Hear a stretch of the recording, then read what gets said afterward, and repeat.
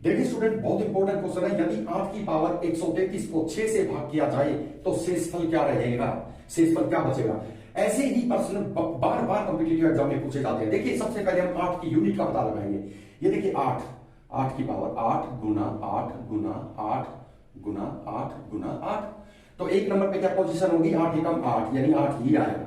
8 64, 8 को 8 से गुना करते हैं 64, 64 का 4 होता है, 4 अठा 32, 32 का 2 होता है, और 2 अठा 16 का 6 होता है, और 6 अठे 48 का 8 होता है। इसका मतलब क्लियर है कि 8 4 2 6, 8 4 2 6 यानी 4 बाद के बाद रिपीटिशन है, 4 बाद के बाद यूनिट में रिपीटिशन है। इसका मतलब 4 के बाद ये फिर रिपीट होता है। तो हम क्या करेंगे, 133 को नीचे लाएंगे, 133, और उसको 4 से डिवाइड करेंगे। देखिए 4 किए 12, एक बचता है, 4 किए 12, एक बचता है, तो शेष क्या बचता है, 1। तो यहां पर देखिए एक नंबर पे 8 की पोजीशन पे यूनिट क्या है, 8।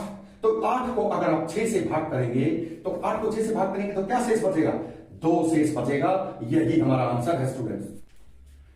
देखिए अगला क्वेश्चन स्टूडेंट्स बार बार कॉम्पिटिटिव एग्जाम में पूछा जाता है, बहुत इंपॉर्टेंट है। यदि 7 की पावर 97 को 5 से भाग किया जाए तो शेषफल क्या बचेगा।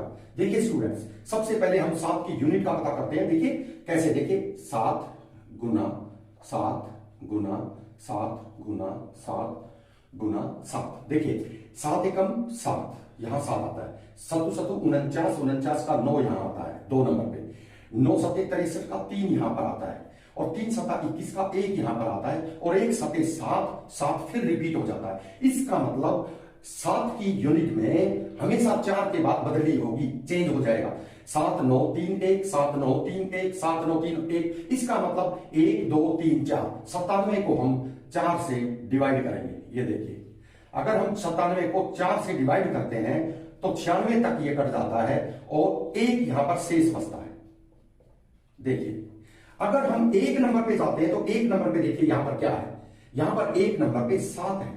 अगर आप 7 को 5 से भाग देंगे तो क्या बचेगा, अगर 7 को 5 से भाग देंगे तो 2 शेष आपको मिलेगा। यही इसका हमारा आंसर है स्टूडेंट्स।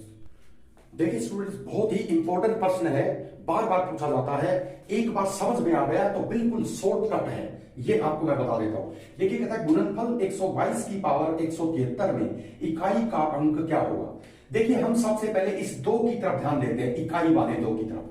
तो देखिए इसको हम गुना करके देखते हैं, 2 गुना 2 गुना 2 गुना 2 और गुना 2। देखिए अब इसकी पोजीशन देखते हैं, इकाई की पोजीशन क्या है, 2 दूनी, देखिए 2 एकम 2, तो यहां पर 2 ही आ गया। ये देखिए 2 दूनी 4, 4 आ गया, 4 दूनी 8, 8 आ गया। अब देखिए 8 दूनी 16, 16 का 6 आ गया। अब देखिए 6 दूनी 12, फिर वापस 2 आ गया। इसका मतलब क्लियर है कि 2 की पोजीशन 4 बार के बाद बदल जाती है। इसका मतलब अब फिर 4 आएगा, अब फिर 8 आएगा, अब फिर 6 आएगा, यानी 2 4 8 6, 2 4 8 6, 2 4 8 6, इस तरह से 173 तक ये चलता जाएगा। लेकिन हमें अब जरूरत नहीं है, क्योंकि हमें पता करना था पहली पोजीशन पे क्या है, दूसरी पे क्या है, तीसरी पे क्या है, चौथी पे क्या है।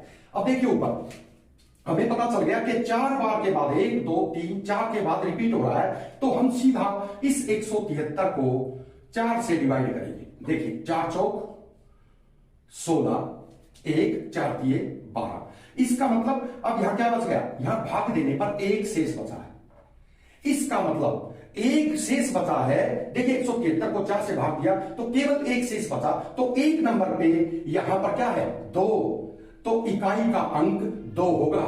देखिए क्लियर, आपको समझ में आ गया होगा।